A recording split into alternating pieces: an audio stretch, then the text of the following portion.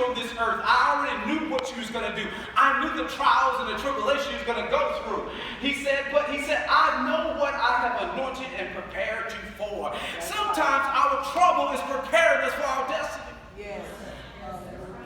See, you need that trouble. You need that bad experience. You need that bad relationship. You need to be broke. You need not to get that promotion. You need something in your life because it's part of your destiny. It's getting you to where you need to go. So when you start looking at it from a perspective that I'm right where God wants me in the middle of the storm. Now, I know you ain't going to shout on this because nobody wants to go through the storm. But I want to keep you so you can stay focused on Him. It's about staying focused on Him. Let's look at this from Moses. Let's understand something about Moses. Moses was born a Hebrew, but he was in Egypt. And there was a problem because the Pharaoh at that time is in charge and now over Egypt. But before then, there was their great-great-granddaddy, Joseph, who was the prime minister of Egypt, who was a Hebrew, who was an Israelite, wasn't his land. And so Pharaoh, at this time, has said, we're going to kill every baby boy. He told the midwives that when you deliver a baby and it's a boy, he said, kill every boy. Because he was doing it it was only one selfish reason. He never wanted them to take over the power again. And so he wanted to kill that bloodline of boys. But when God has a plan for your life, no one can stop you, kill you, destroy you. Oh, come on, I ain't preaching yet. I'm trying to get to the story. And so what Moses' mother did, as soon as she was born, the midwife was even used by God. When she saw the baby, she did not kill this boy because she said she feared God more than she feared Pharaoh. She was willing to lose her life to stay focused to God's plan. She would not get out of the will of God to do something to protect herself. Tell somebody, stop trying to protect yourself. Stop trying to protect yourself. So then this baby boy was put in a basket, and his mother gave him away and sent him down the river. See, some of you are complaining and tripping because your mama gave you away. But her mama gave him away, and it helped to get him to his destiny. See, we always see that's a bad thing. Sometimes it was good that mama gave you away. Sometimes it was part of God's plan for your mama and your daddy not to be in your life. It was getting you to your destiny. So his mother gave him up at birth to save him. She don't preach that. Ain't got into it yet. See, we're still tripping. See, some of y'all still tripping because mama and daddy wasn't in your life. But that probably was the plan of God for your life, to be who you are, to be where you are in this season, to go through that pain, to feel it so you can help somebody else. See, you ain't doing it. You got it preaching yet. See, you were still mad at a situation that was supposed to help you to do what God called you to do. That's right. Y'all ain't gonna let me teach this today. Y'all ain't gonna See, we get so stuck on us. We get so stuck on how I feel and why I don't feel right. Why that happened to me. Why I'm looking. They didn't go without a mama. They didn't go without a daddy. Stop comparing them. They ain't you and you ain't them. Your calling ain't they calling. Focus on what God called you to do. Oh, glory. All right. So Moses now, his mother put him in the river to send him on his destiny. To send him down for his purpose. And so now Moses, as he was going down, the little baby just crying. Pharaoh, daughter, find him in the river. The same man who said we're going to kill every baby boy that is not an Egyptian. The daughter fall in love with the baby and she raised him just like it was her child. And Pharaoh treated him just like he was his grandboy. He was in the palace having everything and more than he could ever imagine. He had the best education. He was in the palace eating the best food. He had everything. He's on top of the world. He's in line to be next in charge. And he get to this place, but it was something that was disturbing him that he had to let go of because he had something inside of him. And I want to call it today passion. And when he saw how his granddaddy, not by birth, was treating God people. Come on now.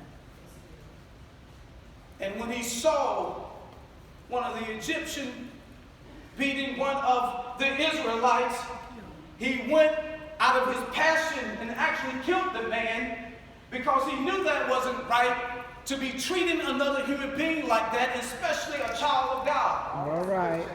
But he forsake everything. He forsake his wealth. He forsake see, he didn't have to do this. He said that he had this, he forsook all of his blessings, in a sense, to go after something that he was passionate about, was to save the children of Israel, God's chosen people, and he was actually with them, he's among them, and now he's just like a slave. All right. He went from the palace, man, to almost like being in prison. And he was willing to give it all up for God. The question I have for you is, what are you still holding on to that you won't give it up to stay focused to God? Is this that anger? Is it is your position? Is it that sin that you know that you shouldn't be doing, but you're still doing it? What is it that you won't give up? What is it that you won't let go? What is it you're still holding on that you are trying to get happiness in your life? I'm telling you that your happiness and fulfillment is in the calling of God on your life. Amen. And see, when we're not focused on God, that means we're distracted by the enemy. See, if your passion is about your stuff, is it about your life? If you're passionate about what you do, what I get, what I got, if you're passionate about that, that really is not passion, baby. That's desires that you want. Passion is bigger than you. Let me read a definition for you. Y'all know that. I just make sure. I know you know what the word means. I thought it was very interesting when I looked this word up in the Webster Dictionary. Watch what the first thing it says. First one in the dictionary. It says, suffering of Christ between the night of the Last Supper and his death. Wow. Passion don't sound good that way, does it? Jesus had passion. His passion was more desirable to die for us than for him to live and have all the power on this earth. He cared about you and I more than he cared about himself living. He was willing to suffer. Passion will cause you to suffer. Yes, whatever you're passionate about, it will cause you to suffer and lose something within yourself. When you're passionate about something that is bigger than you, you will have to lose something. Yes, God. The word passion also means a state or a capacity of being acted on by external agents or forces. Ooh, so spiritual. Again, it means that passion means it's something outside of you. It is something that is given to you, I believe, at birth by God. Amen. Moses' passion was to free God's children from the hands of the Egyptians. He was passionate enough that he was willing to sacrifice his life, give up his wealth, give up his position, give up his money, give up everything he had. He had a nice, comfortable, healthy life, and he gave it all up, and he knew he was going to have to suffer to go against Pharaoh to release God's people. Yes. See, a lot of people will look for the calling. I'm telling you, when you walk in your passion, you will find the calling on your life. If you go back and study Moses had this passion before he met God, for God met him at the burning bush and told him what he called him to do. This was before God gave him his call. See, when you walk in something that is outside of you, you will find your calling from God. But when you're focused on you and what you got and what you need to get, you see, you ain't got the passion yet. You're still working on desires, baby. And God will give you, see, that's getting the water. That's getting the wet with the water. If you get into your passion, God will give you your desires. But we're trying to focus on our desires more than we're trying to focus on why the heck I'm on this earth.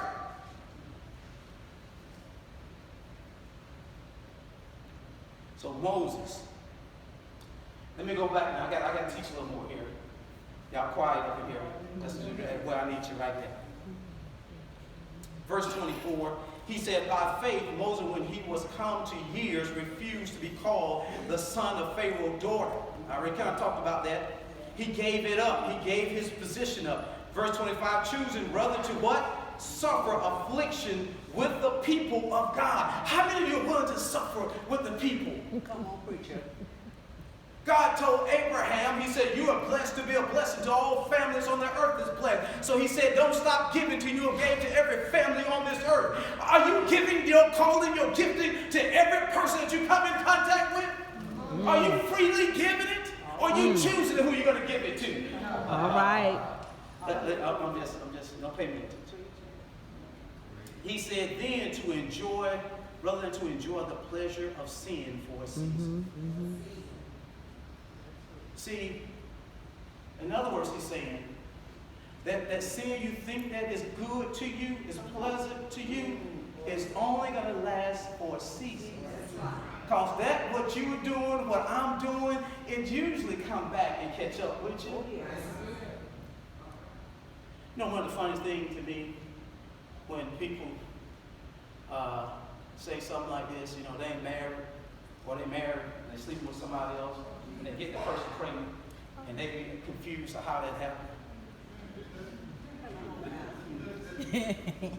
It's just a common thing. That's why I thought y'all would relate to what I'm talking about. It was good for a season.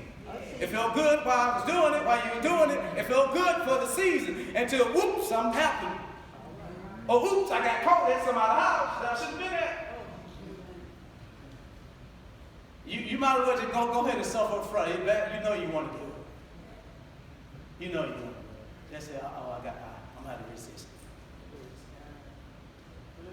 it. Just resist it. Whatever it might be. See, I don't have that issue. Sometimes I be wanting to cuss folks out sometimes. I just resist it. I be wanting to tell them something sometimes. I have to resist it. Because I know that pleasure, it can only last for the time the words coming out my mouth. And after that, I'm going to have to pay for it. You know what I'm saying? So I just go ahead and resist it. And resist it. Resist it. Glory to God. That's all going to be for us. All right. That's going to get focused. All right. So why is this important here? Because this is actually part of the devil plan to get us focused on self. You remember when Jesus had been fasting for 40 days and 40 nights? What was the first thing that the devil tried to put his focus on? The first thing he said, I know you're hungry.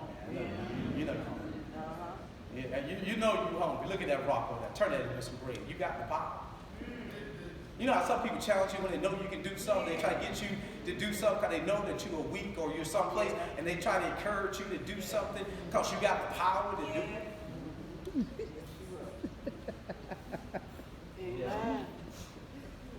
He tried to get him, and he focused on himself. He said, I know you're hungry, so turn this into stone. And Jesus said, he went back to him, he said, no, I live by the word of God. So he stayed focused.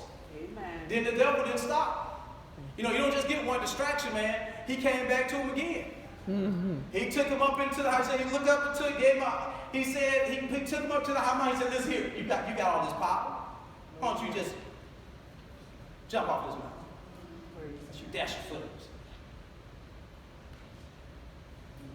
And Jesus, pretty much, he rebuked him again.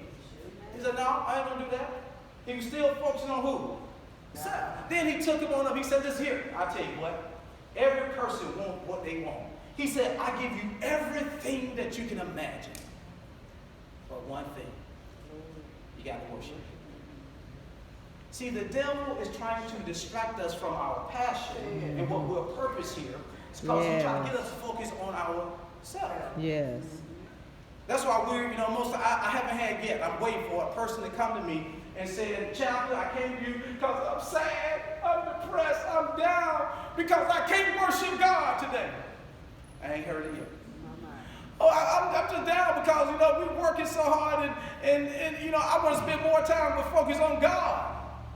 I've had nobody come to me about that they was down and depressed and sad because they couldn't worship God and focus on their purpose. But I do have people to come to, and I've been something to go to counselors myself and talking about what I ain't getting, what I ain't got. Woe is me. Why is this? Why I didn't get it? Why they got it? Why this person got promoted? I've been doing this. Why they keep getting on me?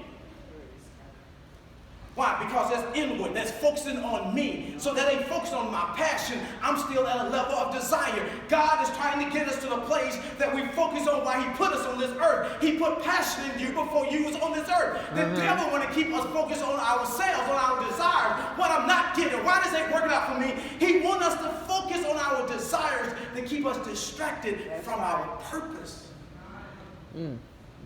See, those things you're going through, it is the road to where God is taking you. See, we don't want to talk about, why did I go through that distraction? Why did this happen to my life? God is doing something. Yes, he is. Amen. I remember I told y'all, I think last week, a couple of weeks ago, is that when I'm telling you, I went through a season of depression when I broke my ankle. And because I was focusing on me, I was focusing on I couldn't do what I want to do.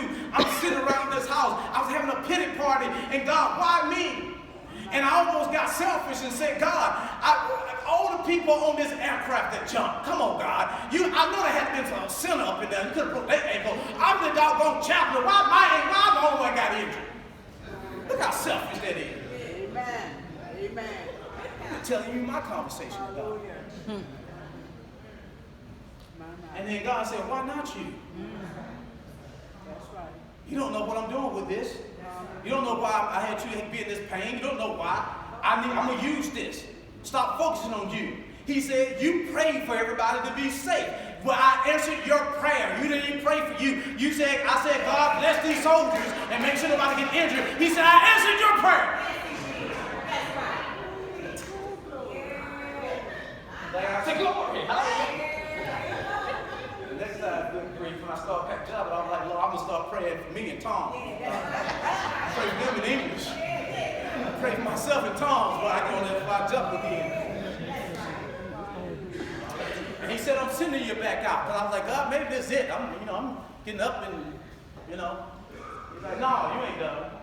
He said, you going back. Show them that you have no fear. So what is this thing, man?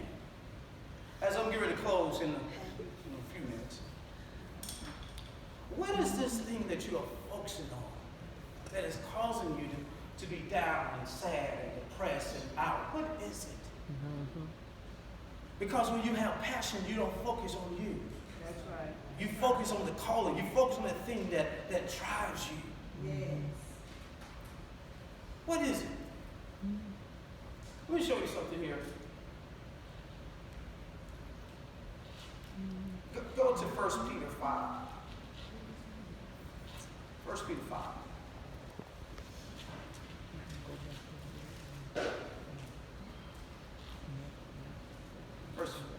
First Peter 5, verse 8. What is it?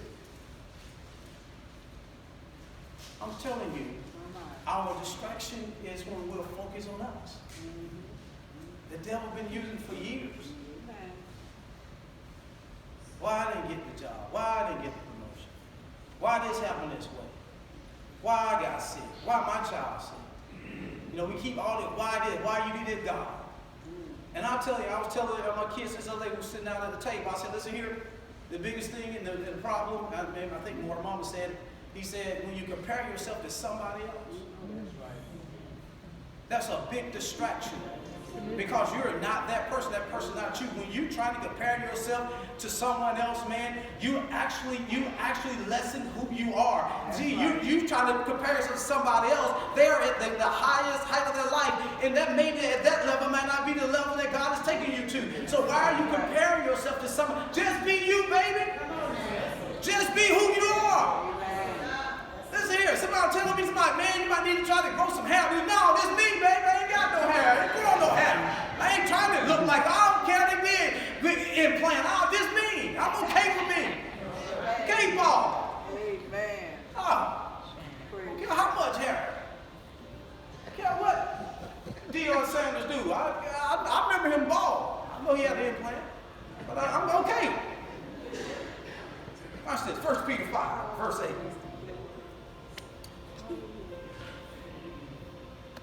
He said, I'm going to start actually verse 7. It ain't going to be up on the screen, but I'm going to read it for you. He said, cast all your care upon him, for he cares for you. He didn't say worry about your problems. He didn't say try to figure it out. He said, release it to me. Amen. How many of you are holding your burdens?